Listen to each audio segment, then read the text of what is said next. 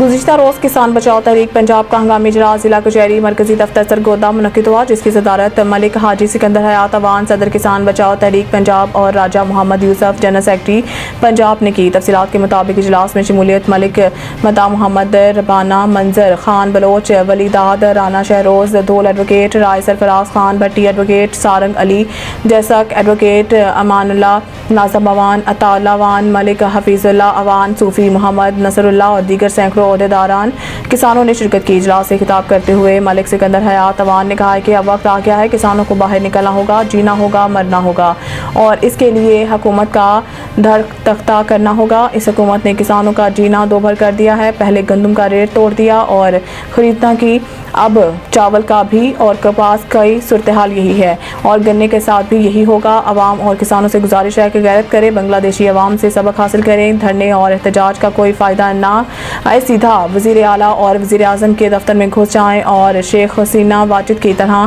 फारिग करें, इसी में बेहतरी है। राजा मोहम्मद यूसुफ जनरल सेक्रेटरी ने अपने खिताब में कहा है कि अब तक बहुत बर्दाश्त कर लिया, अब ये हुकूमत किसी सूरत भी बर्दाश्त ना है। रोज़ जुमा सब किसान भाई और अवाम अपनी अपनी तहसीलों और डिस्ट्रिक्ट से एहतजाज शुरू करें और सीधा रुख लाहौर और इस्लामाबाद, इनको लंदन भागने नहीं देना, ये कुर्बानी देनी पड़ेगी। अवाम और मुल्क तब भी बच सकेंगे और इनके असासाजात जब्त करके मुल्की कर्जा उतारा जाए। अवाम और किसानों ने तो IMF से कर्जा लिया, लेकिन जिन्होंने लिया खुद उतारें। आखिर में सारी तंजीमों से दरख्वास्त की गई कि इज्तिमा जमात इस्लामी का साथ देने और मुल्क को बचाने के अज़म किया गया और बिजली के बिल और मामला और ज़िले टैक्स अदा ना करने का अज़म किया गया। ये किसी सूरत गवर्नमेंट को अदा ना किया जाए जब तक बिजली के रेट कम ना हो जाएं।